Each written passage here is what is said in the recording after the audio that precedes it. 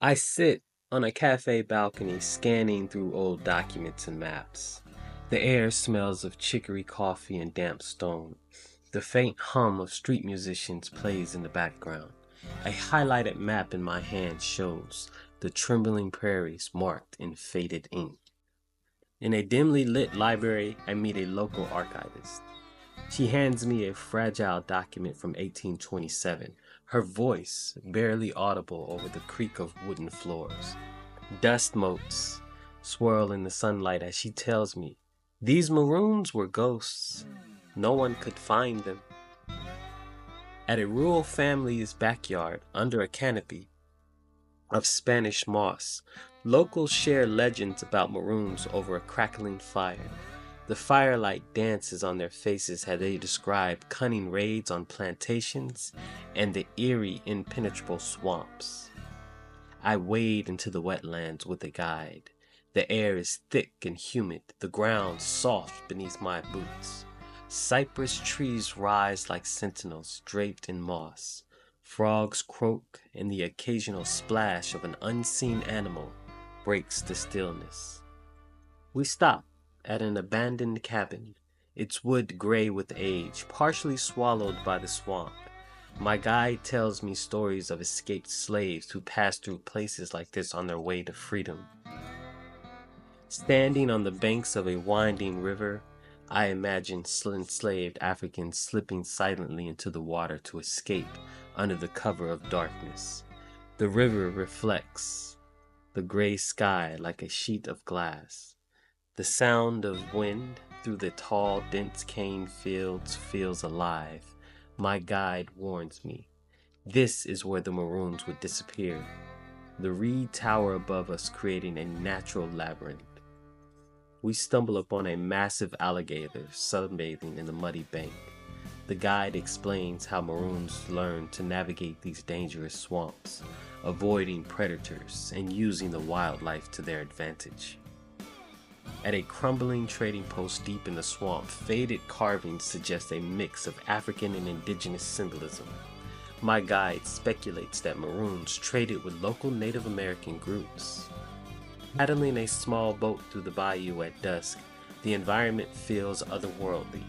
Cypress trees jut from the water like skeletal hands. Every splash echoes, and the humid air carries the scent of decaying vegetation.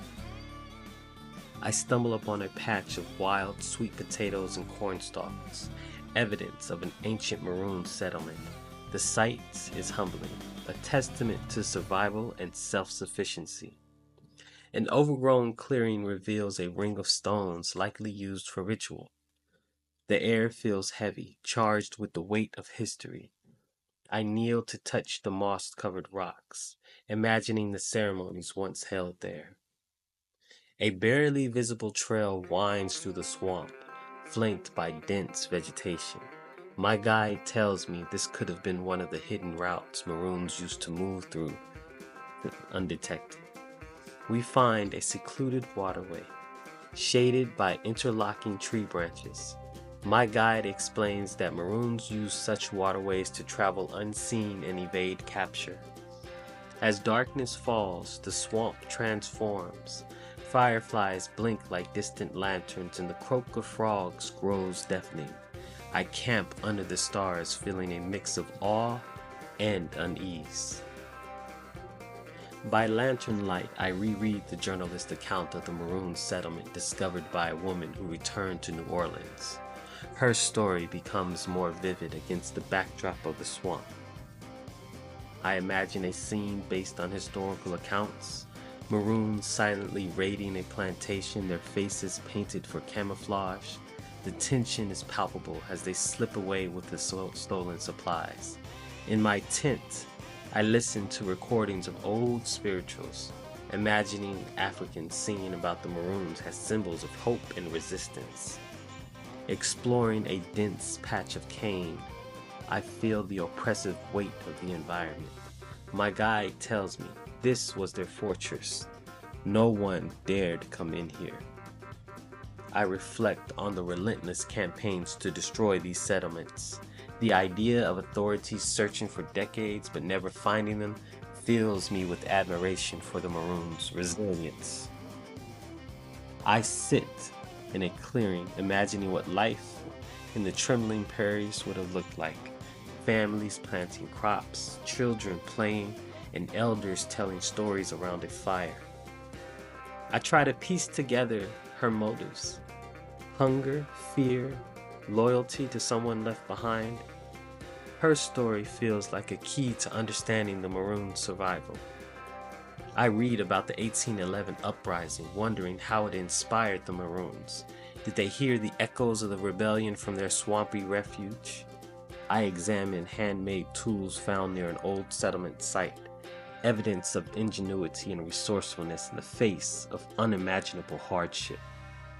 Standing in a quiet part of the swamp, I think about how these settlements lasted into the Civil War. The sheer perseverance of the people who lived here is overwhelming. I meet with descendants of Maroon colonies. Their pride in their ancestors is palpable. Their stories filled with reverence for those who refuse to accept bondage. In a local museum, I find only a single plaque mentioning Maroon settlements. The omission feels glaring, a reminder of how much history remains untold. Back in New Orleans, I sit at a cafe, my laptop open, typing furiously. The weight of the story presses on me. It's one the world needs to hear. I return to the swamp one last time, standing in silence. The air is still, the water is calm. The trembling prairies weren't just a refuge. They were a symbol of resistance, ingenuity, and freedom.